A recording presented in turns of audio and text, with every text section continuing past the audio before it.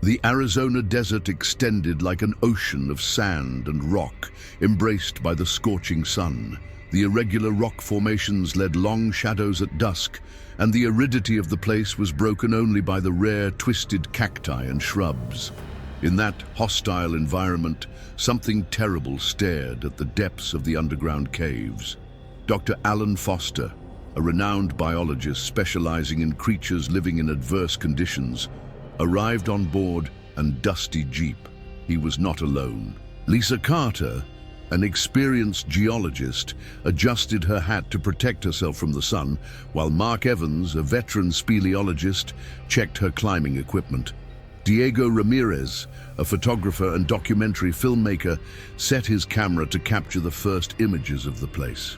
Finally, Sarah Miller, young biologist and assistant of Alan, watched the desolate landscape with a restless look. The reason they are there? A series of inexplicable disappearances near an underground cave system. The reports of the residents of the region varied between the supernatural and the absurd. Some spoke of an old curse, others of a gigantic animal that hunted in the dark. Alan, always skeptical, believed it could be a new species of arachnid, perhaps a giant variation of scorpion or spider, but something intrigued him: the absence of any trace of the missing persons. No footprint, no sign of struggle, only silent disappears. And before we continue with this intriguing story, be sure to subscribe to the channel and leave your like. This helps us bring more content like this to you. Now, let's go back to the story. The 5 researchers came to a small village near the caves. The city looked like a forgotten place in time, with few wooden houses, a grocery store, and a dusty gas station. Local Sheriff Tom Reynolds was waiting for them with a look loaded with concern. "You shouldn't be here," Reynolds warned, crossing his arms. "Whatever you are in these caves, it's not something you can face." "We're here to investigate scientifically, Sheriff," Alan replied, determined. "We know that the region has a large population of arachnids, and there is a possibility of an unknown species." "Unknown species?" Reynolds released a dry laugh. "If I were you, I would take the first car back. Those who went there never returned." Sarah exchanged a look with Lisa. The tension was palpable. "And the caves?" asked Mark. "Can you take us there?" The sheriff hesitated, then pointed to an old resident sitting in front of the grocery store. Hank, a man of skin wrinkled by the sun and a dark look, smoked a cigarette as he watched the outsiders with suspicion. "Talk to him. If anyone knows these caves, it's Hank." Alan approached. Old Hank did not seem interested in talking, but when Diego raised his camera to record, Hank raised his hand angrily. "Keep it, boy. This is not a joke. We just want to understand what's going on," Sarah insisted. Hank swallowed his cigarette and let out his smoke slowly. "These caves are not common. They were a mining place for over 100 years, but the workers began to disappear. They left no traces, no body, nothing. We only found huge marks on the walls, claws, deep grooves on the stone." "A natural predator?" suggested Alan. Hank laughed, but there was no humor in his laugh. "I saw it once, just once, but I never forgot. A huge shadow with sharp paws like razors. The eyes shone in the dark. A scorpion, large as a car." The silence took over the group. "And you think I'm crazy?" Hank smiled without joy. "But you will see for themselves. Just don't expect to come back." The group left the day after dawn. The caves were more than 20 kilometers from the city in an arid and isolated region. The heat punished the skin and the dust infiltrated the lungs. When they arrived, the cave vision made them impressed. The main entrance was colossal, a dark slit between the rocks. The air was colder there, and a strange odor hovered in the atmosphere, a mixture of rust and rot. "It doesn't smell me well," Lisa murmured, adjusting her flashlight. "There is just one way to find out what's going on," Mark said, preparing rappelling equipment. The descent was slow and cautious. The caves were vast, with tunnels serpenting in different directions. Alan and Sarah collected samples of rocks and small insects. Diego filmed everything, narrating his experience for the documentary, but as they advanced, something began to seem wrong. "Is anyone else listening to this?" asked Sarah, her voice echoing on the damp walls. A low and distant sound, a metallic click, as if something was scratching the stone. Mark illuminated the wall ahead and froze. My God! The rock was marked by gigantic claws. 3 deep grooves ran the solid stone, as if a huge creature had passed by. Diego approached his camera. "This is real. This is too real." Suddenly, a crash echoed through the tunnel. A hot air chain blew over the group, bringing a strong and metallic smell. Something moved in the darkness. "Return!" shouted Lisa, but it was too late. The lights traded, and a scream echoed through the cave. Diego had disappeared. His camera spun on the floor, recording only the void of the darkness. Diego's camera shivered on the damp floor of the cave, still recording. The light of the equipment flashed weakly, illuminating only fragments of the dark tunnel. The ambient sound was cut by the echo of his own fall and by the resonance of something deeper, something that clicked and moved. He simply disappeared. "Diego!" shouted Sarah, the voice reverberating the stone walls. She ran to where the photographer had been seconds before, but there was nothing. No body, no footprint, no struggle sound, just an overwhelming void. Alan grabbed his flashlight and searched the darkness with wide eyes. Lisa and Mark approached quickly as the panic was beginning to take over. "He can't be gone like that," Mark tried to rationalize. "If I had fallen, we would hear. If it had run, we would see." But what terrified them was precisely that. There was not a single sound beyond their own panting breaths and the metallic click that still echoed in the distance. Alan took the fallen camera and raised it, checking the last recording. The image trembled as Diego walked away to focus on the clutches marked on the stone. Suddenly, the camera turned violently as if something had pulled it back. A quick glimpse of a dark figure, a giant shadow moving in the depths, and then nothing. Something was there and had taken Diego. Lisa stepped back, fear becoming real. "We need to get out of here, now!" But Alan could not accept. "No, we cannot abandon it. If he is still alive, he will need help," Sarah agreed, trying to stay calm, even if her mind shouted to run. Mark took a deep breath, trying to suppress the growing dread. "If we are going to pick it up, we have to be fast. We do not know what we are dealing with." With a silent nod, Alan took Diego's camera and kept in his pocket.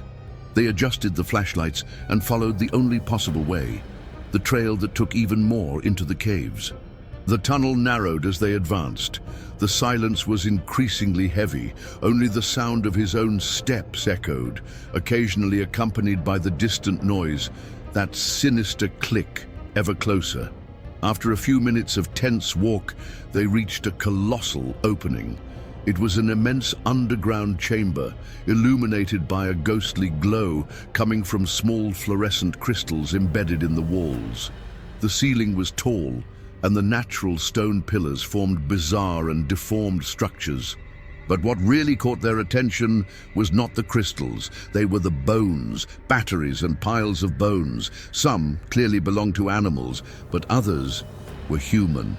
Lisa choked a scream when she saw a skull with a deep crack, as if something had crushed him with huge strength. Alan knelt and rang one of the bones. It was dry and brittle, but some seemed more recent. Sarah tremendously took a piece of torn fabric stuck on a rock. It was the part of a coat, Diego's coat. He was here, but where is it now? Before someone could answer, the sound returned.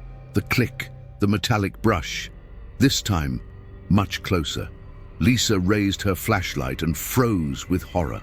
At the top of one of the rock formations, something enormous emerged from darkness. First, the paws emerged, long, thin, and sharp as black blades.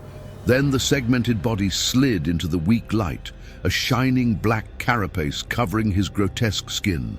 His eyes shone in an intense yellow tone, like malevolent torches stuck in the creature's face.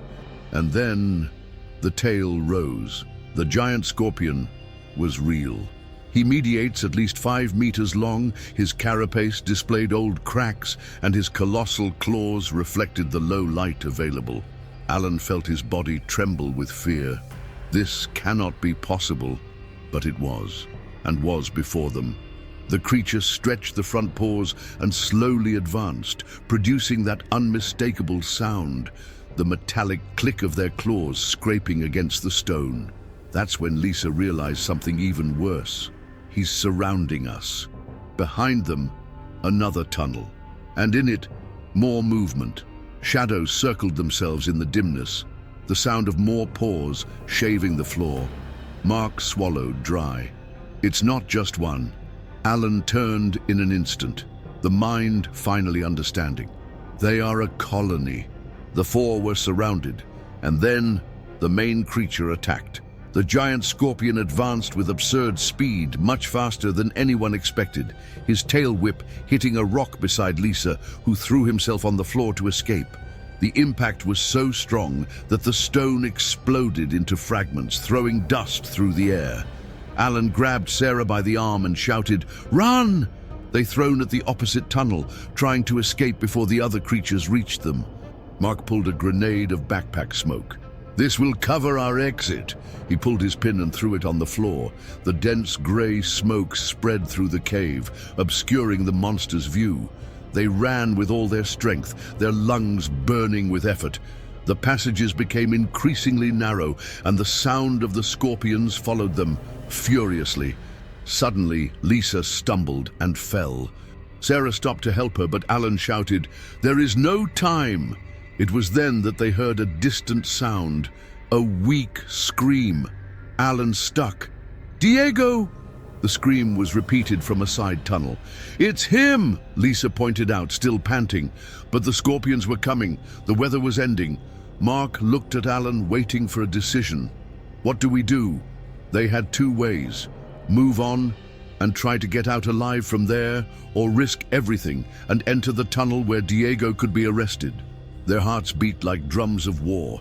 Time ran against them, and the metallic click approached. The echo of Diego's cry reverberated by the caves, mixed with the threatening sound of the sharp paws of the giant scorpion scraping the rocks. Time was running out. Alan felt the sweat run down his face as he tried to decide. Escaping meant to ensure the survival of the group, but abandoning Diego was a weight he could never carry. Sarah looked at him, her eyes full of despair. "Alan, he's alive! We cannot leave it!" Mark growled, looking back.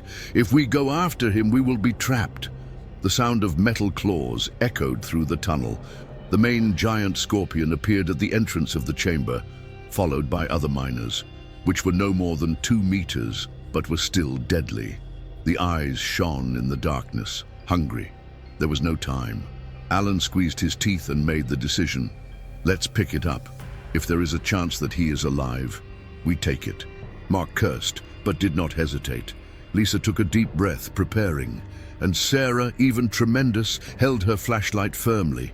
And then they ran to the narrow tunnel, leaving the chamber to the bone. The tunnel was tight and irregular. Its rough walls scratched their clothes and arms as they hurried. The lantern's light flashed as they ran, revealing small insects and creeping creatures that dispersed when feeling the human presence. Diego's trail was there. Scratch marks on rocks, dry blood, and torn pieces of his clothes. He was not taken straight to be devoured. Sarah swallowed hard. Why? Why did they take him? Lisa looked around, trying to understand. If they were just predators, they would have killed him at the time, right? Alan did not want to admit, but knew the answer. Maybe they're keeping him. A shiver traveled the spine of all. The tunnel continued to go down. The heat increased, and the metallic smell of rust and rot it became stronger.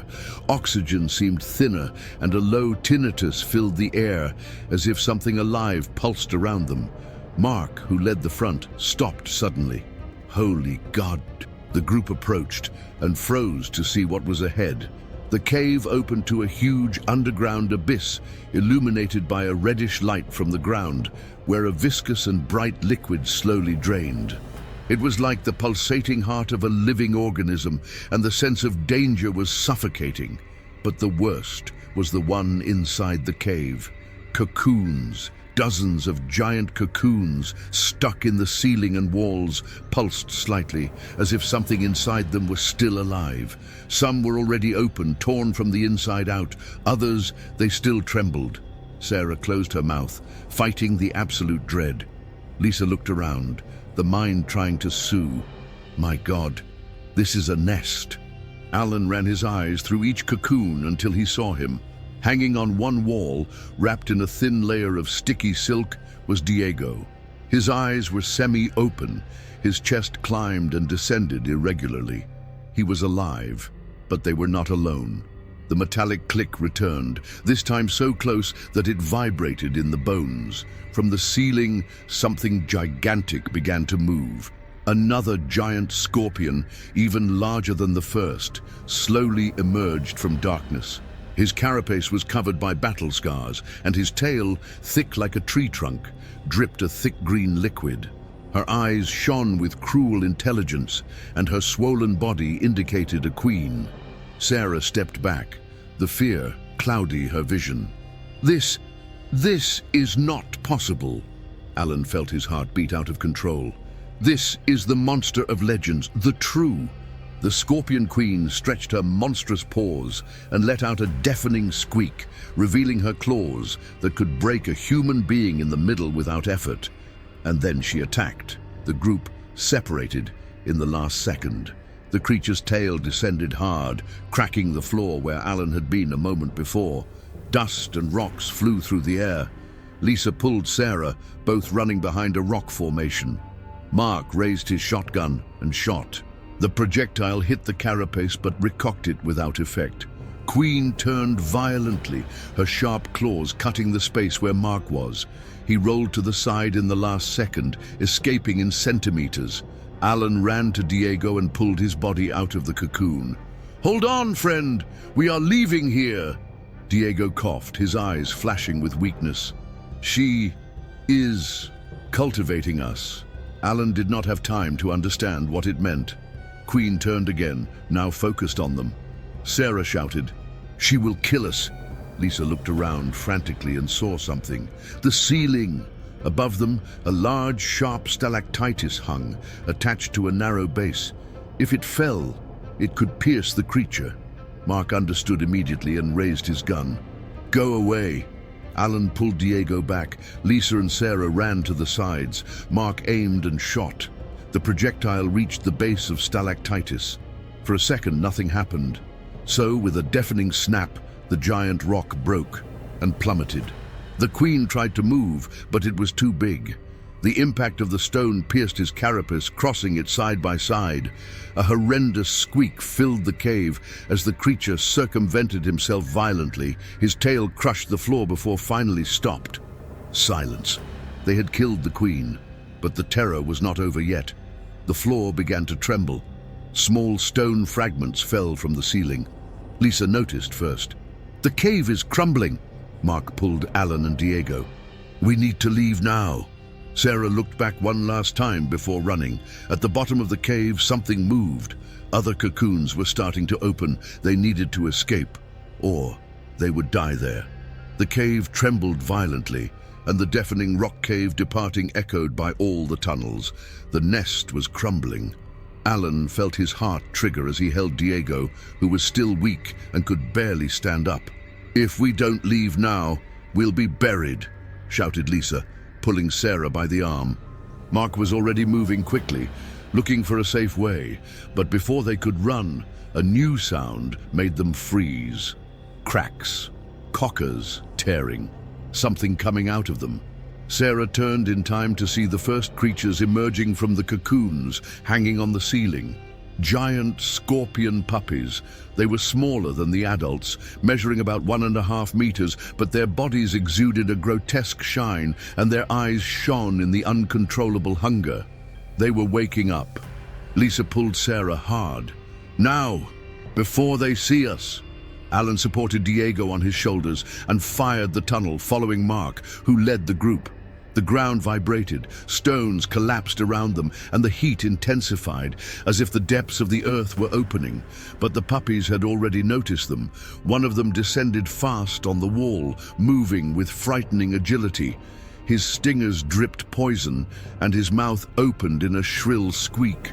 Mark turned the shotgun and shot, hitting the side of the creature's carapace, but the hull was resistant. The impact only enraged her. She jumped, going straight at Mark. He fell to the floor, and the creature's claws grabbed his leg, pulling him back. "No!" screamed Alan. Mark struggled desperately, trying to reach his knife, but the sharp claws closed around his leg, deeply cutting his flesh.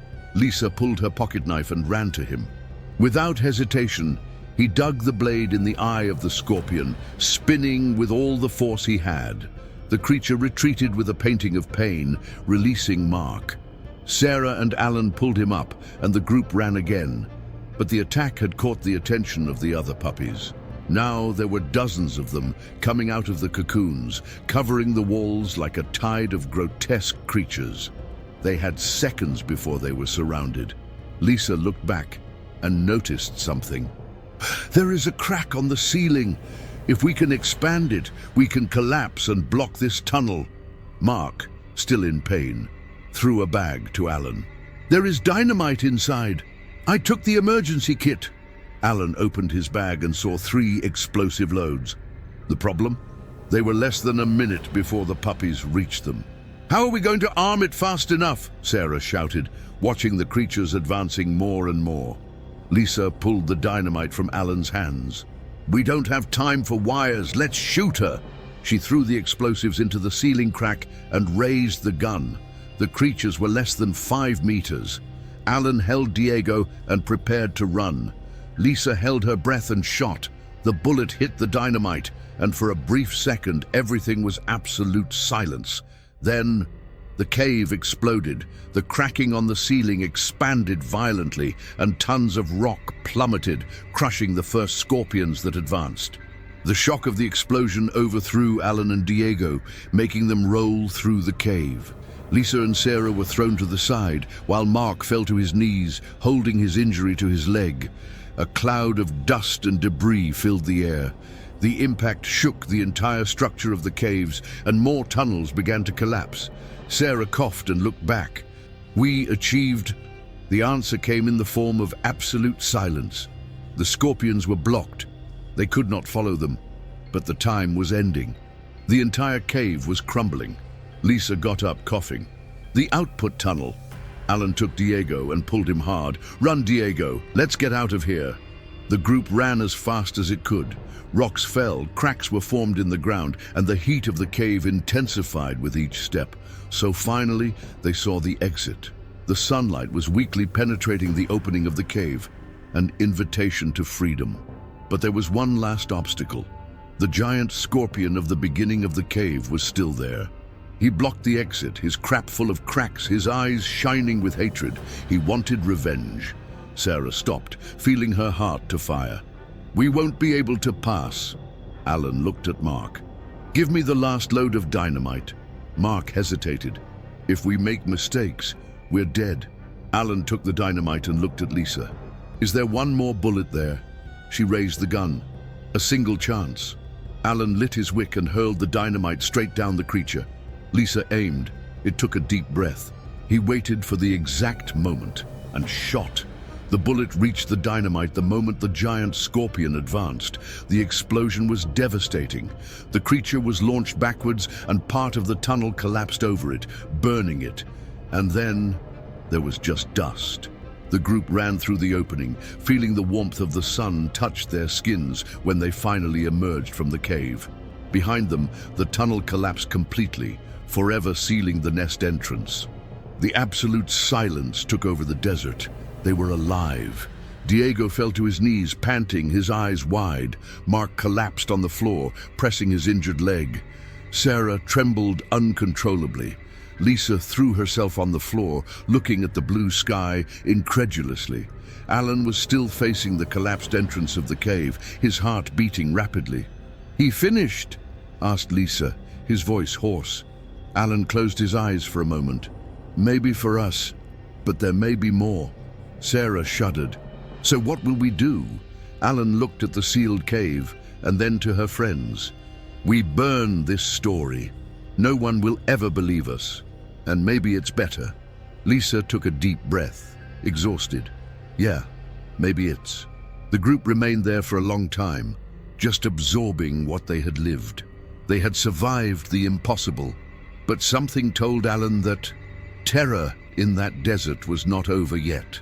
The sun burned the Arizona desert, throwing long shadows over the arid terrain. Alan, Lisa, Sarah, Mark and Diego were back on the surface, but none of them could feel relief.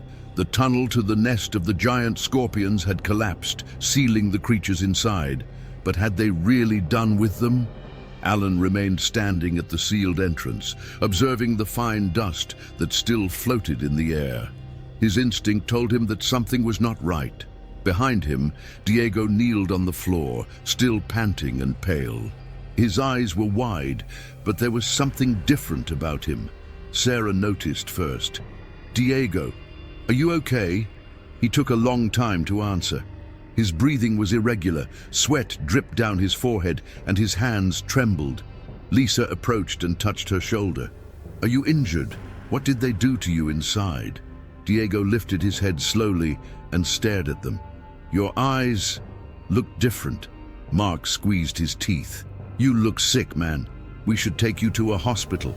Diego rubbed his forehead as if he struggled against something internal. I'm fine, I just need to breathe." But Alan had seen this kind of behavior before. He approached with caution. "Diego, tells me the truth. Did you feel something strange after we got you out of that cocoon?" Diego hesitated. "So, before you could answer, something moved inside your shirt." Sarah widened her eyes. "What is that?" Lisa held her breath. With his handy hands, Diego slowly unbuttoned the first buttons of his shirt, and then they saw something right under your skin, something alive. Lisa retreated, horrified. "My God!" Diego shouted in pain and fell to the floor, arising his back as if something inside him was trying to leave. Alan acted fast. "Hold him!" Mark and Lisa held Diego as he struggled violently, his body shaking as if he was being torn inside. Sarah fell to her knees beside him in absolute shock. And no, this can't be happening. The nightmare was not over. Diego let out an agonizing cry when something under his skin ripped his flesh inside, crossing his chest. A black sting emerged from the middle of his ribs, pulsing and covered with a viscous liquid. Lisa shouted, retreating with horror. Alan took a pocket knife and, without hesitation, tore Diego's shirt. The scene made your blood freeze. Under Diego's skin, movements could be seen. It was as if something was developing inside him. "They were cultivating him," Mark murmured. The chip fell. Lisa covered her mouth. "As a human cocoon." Alan grabbed his pocket knife tightly. "We have to get it out, now!" Diego screamed in pain, his skin tearing even more as the parasite inside him tried to break free.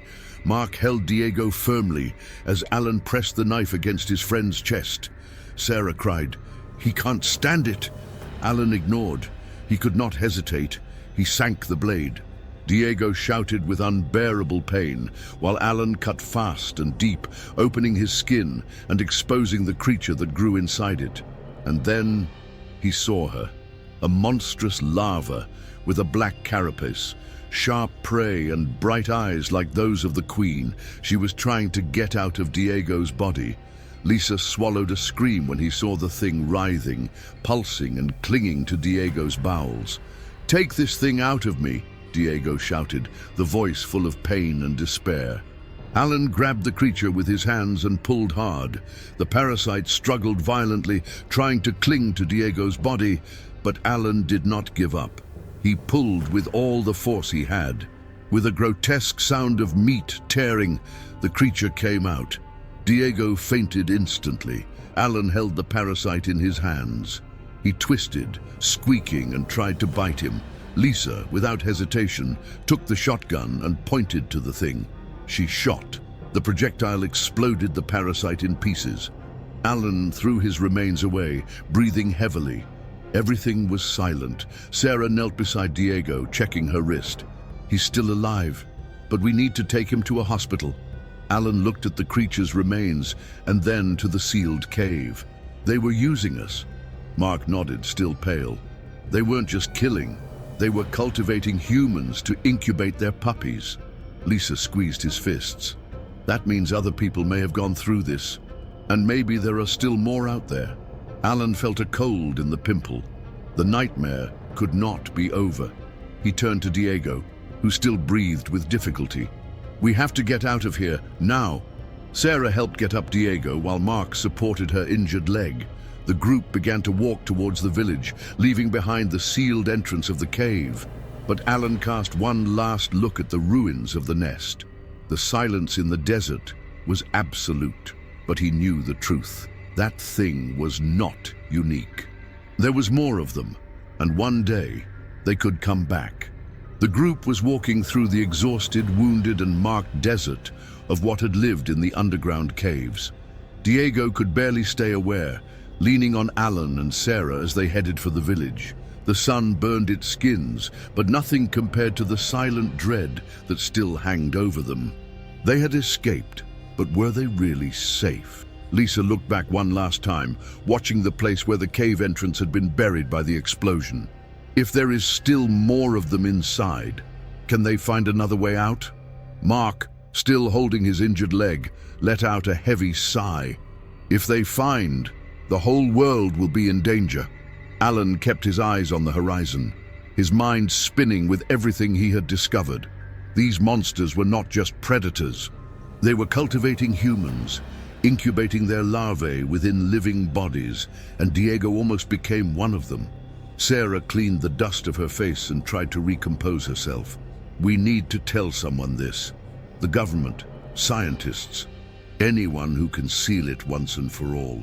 Lisa released a dry laugh. Do you think anyone will believe it? Alan squeezed his teeth. He knew the answer. No one would believe them. The most they could be to be called lunatics or worse, mysteriously disappear so that the truth never surfaced.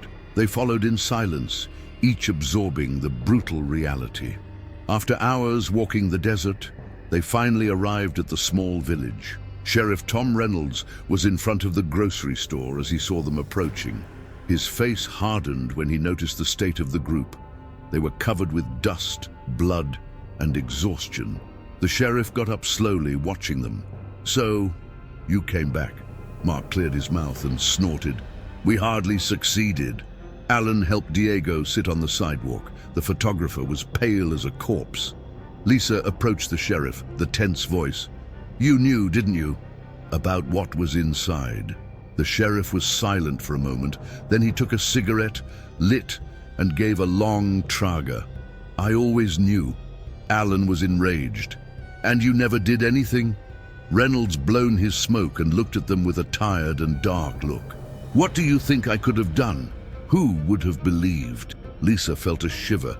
How many people have already disappeared there? The sheriff hesitated. Then he looked at Alan with something close to an apology. Enough for me to know that no one comes back. Sarah cleared his fists. So why never sealed that cave? Reynolds gave another crap and threw the cigarette on the floor, stepping on him slowly. Because I know it doesn't matter how much we try. They always come back. Silence. The weight of those words fell like a rock over the group. They always come back. Lisa crossed her arms, feeling a chill. We destroyed the cave entrance. This should hold them, right? The sheriff looked at her. For a while, Alan ran a hand over his face, exhausted. And then, what do we do now? Reynolds leaned onto them. His gaze was cold and decided. You forget. They take their things, go away, and never talk about it again. Mark laughed nervously. What if we don't want to forget? The sheriff gave a dark smile. So you won't last long. Sarah felt a knot in her throat. Alan closed his eyes for a moment.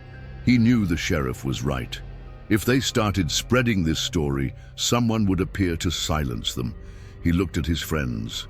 They had survived, but at what cost? Hours later, Diego was lying in a bed in a small medical post in the village. His face was pale and sweaty, his eyes closed.